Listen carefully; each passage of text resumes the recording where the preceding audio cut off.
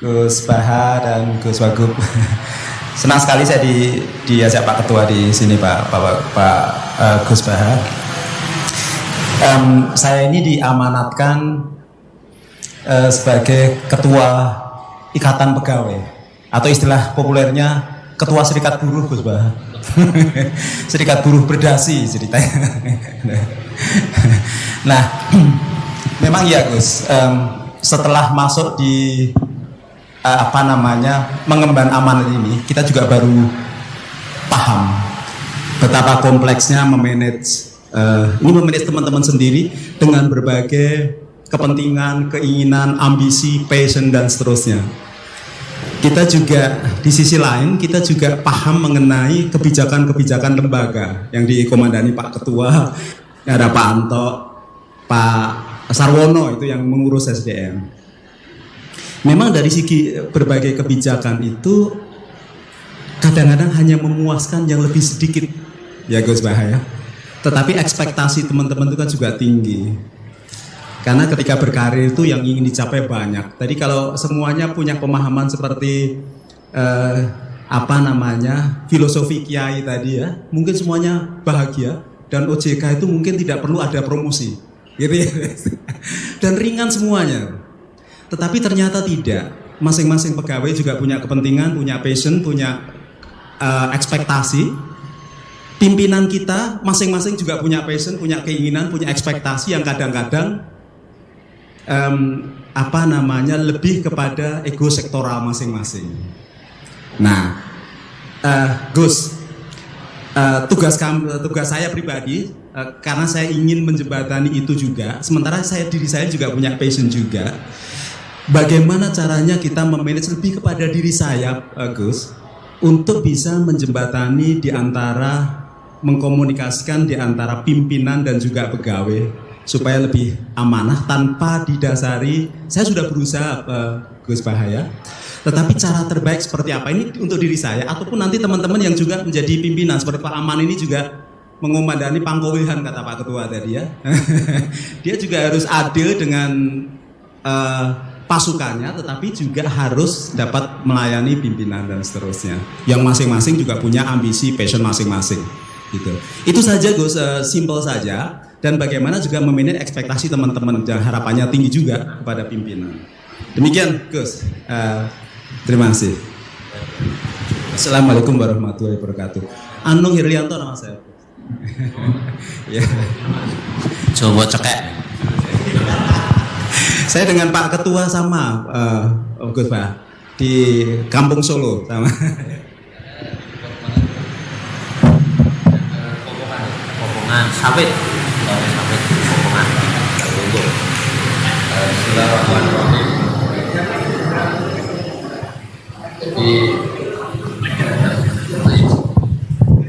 Jadi ngelola manusia ya, bukan sekedar ngelola anggota atau ngelola jamaah, memang ngelola manusia, bukan.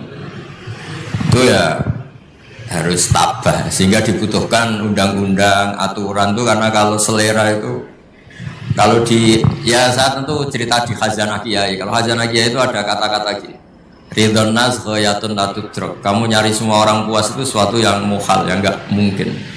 Itu di situ diceritakan Luqman Al-Hakim itu orang paling bijak, itu aja putus asa untuk memuaskan banyak orang. Beliau ngajari anaknya diberi langsung. Beliau naik keledai itu atau naik kuda, dituntun anaknya lewat pasar. Kata orang-orang itu, orang tua gak tahu diri, enak-enakan naik kuda, anaknya yang nuntun itu. Akhirnya anaknya disuruh naik, dia yang nuntun. Itu anak gak sopan, yang tua nuntun, yang muda naik. Hanya ya sudah, nak dua-duanya naik. Ini orang nggak bener semua. Ini keledai satu dinaikin orang dua. Nah terakhir sama-sama nuntun. Ini orang aneh, keledai satu dituntun orang dua. Nah ngelola manusia ya gitu. Kalau kamu ajarin qanaah, nanti neriman yang pantum, katanya nggak mobil, nggak dinamis. Kalau kamu ajar dinamis, katanya nggak qanaah. Itu kan jadi ribet. Ya makanya terus dibutuhkan aturan bersama, yaitu yang disebut undang-undang atau pelaturan. Karena kalau selera manusia itu ya sudah seperti itu. Jadi ada batas lah, dimana manusia itu ya maksimalnya disenengin itu ya hanya sesuai aturan, bukan disenengin anak buah atau anggota, karena mereka ya nyuwun sewu punya ambisi, punya ekspektasi, punya macam-macam lah, dan tidak mudah itu loh. Tapi barokahnya lagi-lagi saya tadi bilang, untungnya Islam itu menjamin, semua agama menjamin, semua kebaikan itu ada pahalanya, termasuk pahala baik. Kalau nggak bisa baik, pahala nyabari orang. Nyabari orang itu ya nyabari di komplain orang. Misalnya gini, andai kan saya itu jadi orang paling cerdas di kampung atau orang paling baik di kampung, itu sebaiknya menurut saya tidak semua orang minta pendapat saya itu tambah bagus, karena mereka latihan mandiri untuk menyelesaikan dirinya sendiri. Jangan karena kamu merasa pimpinan, semua orang sebaiknya konsultasi pada Anda. Ini jadi goblok semua, karena memutuskan hal sepele saja tanya pimpinan, apa petunjuk pimpinan. Ya kalau minta saran dengan makna yang positif, minta saran ternyata maknanya itu supaya nyun sewu jadi KKN-nya, jadi kroninya kan sama. Minta saran kiai itu kadang ya niatnya baik, kadang ya kurang baik. Kurang baiknya gini, kalau kapan-kapan salah pokoknya kanut kiai, terus kiainya yang diminta tanggung jawab, itu kan jadi repot. Itu kan seperti pertanyaan gini, jadi ini cerita aja, cerita. Kalau kamu jadi orang hebat, itu sebaiknya kalau diundang di kampung terbelakang itu datang enggak? Misalnya bupati baik enggak sering datang di kampung, atau kiai besar boleh baik enggak sering datang ke desa-desa tertinggal. Banyak orang jawab baik, menunjukkan tawaduk merakyat. Tapi banyak juga yang menjawab kurang baik. Yang mestinya camat itu jadi lakon, jadi aktor di kampung-kampung, gara-gara bupatinya datang, camatnya dilalui saja. Kiai besar kalau diundang musola-musola kecil datang, jatah kiai kecilnya hilang karena kiai besarnya datang. Iya kan, kalau supermarket bisa di kampung-kampung kan, toko-toko kelontong kan kalah kan. Nah berarti gimana? Pejabat publik yang top sering datang ke kampung itu merakyat atau mengganggu derajatnya orang yang setempat. Sama, sampean misalnya jadi anggota OJK, kalau pimpinan sering datang, ternyata istri kamu lebih hormat pimpinan Anda timbang pada Anda. Nabi aku atau ramah pimpinanku, Anda juga mungkin terganggu kan. Terus anak kamu, berhubung bapaknya hanya anggota OJK, sering didatangin Pak Milbong, idolakan Pak Milbong daripada Anda. Ini kamu anaknya siapa atau malah idolakan orang lain? Tapi uniknya ketika kamu diidolakan anak kamu yang di OJK hanya anggota, kamu juga agak terima. Nah cita-cita jangan jadi anggota, jadi pim. Nah, tapi ketika anak kamu mengidolakan pimpinan, kamu ya gak terima. Gimana mengidolakan orang lain? Ya intinya ngelola orang itu gak gampang gitu. Ya intinya kesimpulannya itu ngelola orang itu udah gak gampang. Makanya ada pepatah tadi, ridhon nas ghayatun la tudrak. Ingin disetujui semua orang itu satu keinginan yang tidak mungkin kesampaian. Ya sudah, kita seperti ridho, senang dengan apa yang dikasihkan Allah. Kalau tugas jadi pimpinan, ya pimpinan apa saja ya. Jangan merasa terus harus pegang otoritas tertinggi ya. Di luar tugas kerja itu orang punya cinta, punya nafsu, punya ego, punya emosi, punya bosan juga. Ketika Anda bikin merasa anggota kamu datang rutin di kantor, jangan kira mereka pegawai yang baik. Jangan-jangan mereka itu nganggap ini rutinitas yang membosankan. Diam-diam sudah ngelamar pekerjaan lain, gayanya masih ngatur tapi ya artinya ya khusnudzon itu ya baik, cuma ya jangan terus udah ilmiah. Ya itu kan kita tidak pernah tahu. Ada orang konsultasi sama Anda. Ini cerita tentang Rasulullah. Ada suami istri sedang berkelahi, sedang nggak cocok gitu. Matur, ya Rasulullah suami saya itu gini-gini. Gang sebentar istrinya datang, ya Rasulullah suami saya gini-gini. Jawabnya Nabi itu unik. Jangan-jangan setelah saya ikut campur, ternyata nanti malam atau kapan-kapan Anda tidur bareng lagi atau hubungan intim lagi. Jadi ternyata kadang konsultasi sama Nabi atau sama Kiai itu ingin kalau menyalahkan suaminya punya justifikasi, punya argumentasi, punya backing, yaitu kata Nabi aja kamu suami nggak bener gitu. Nanti suaminya kalau Nabi ikut campur, kata Nabi aja kamu istri yang nggak bener. Makanya Nabi tidak ngendikan apa, hanya ngendikan coro jown aku semelok-melok jebule ke rukun meneh.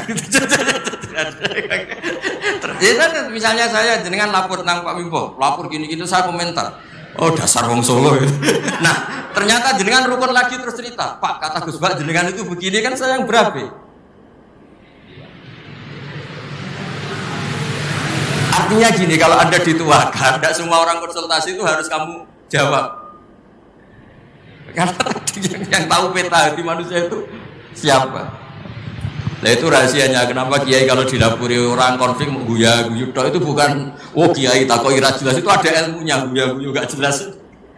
Karena semakin jelas itu tidak baik, karena tadi setelah kita ikut campur, misalnya tadi jenengan lapor ini, memang ketua kamu tidak benar. Suatu saat kamu rukun, terus cerita omongan saya yang berarti kan saya. Ya kata Nabi, la alaka antudo jiaha, jangan-jangan kamu setelah lapor ini kamu mesra lagi, saya yang kena, kata Nabi. Kan Nabi aja tertawa aja, hanya senyum. Nah itu termasuk ya, saya mohon semua pimpinan punya kearifan. Tadi kata Pak Bimbo ingin niru Rasulullah SAW, punya kearifan untuk mengelola konflik, mengelola manusia. Mereka beri hak lah, meskipun di kantor anggota kita dia sebagai manusia itu manusia merdeka, ya diberi hak untuk kreasi, untuk apa. Ya saya kira demikian.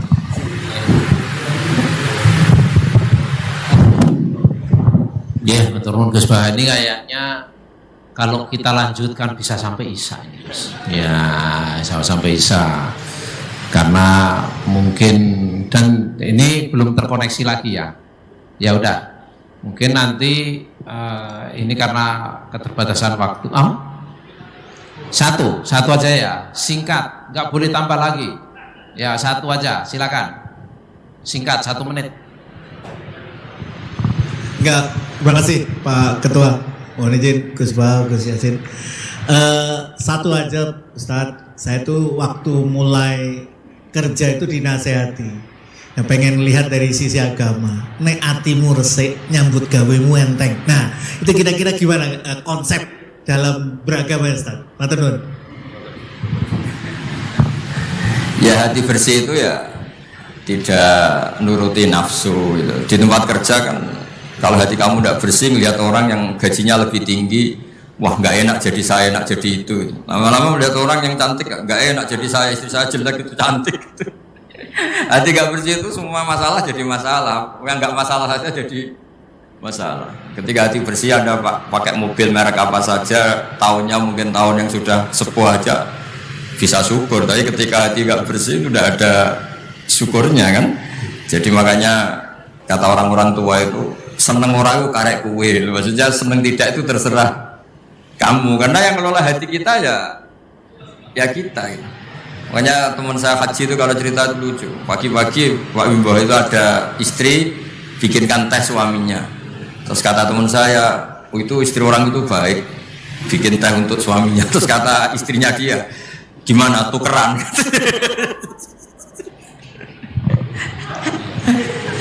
Ya sama, nanti kalau kamu di tempat kerja tidak baik ya, melihat pimpinan iri, melihat atasan iri, melihat orang cantik iri, melihat orang yang lebih mapan iri, itu kan tidak ada selesainya itu. Ya makanya kata syukur itu segala-galanya menurut saya tadi kata Ibu itu, pokoknya syukur itu segala-galanya. Orang bisa asik apa saja itu karena bersyukur, itu sudah, yang lainnya enggak itu. Makanya ya semuanya bersyukur itu, enggak ada solusinya di luar itu. Makanya solusinya syukur. Coba misalnya kita orang Indonesia melihat Amerika atau Swiss atau mana saja lebih makmur.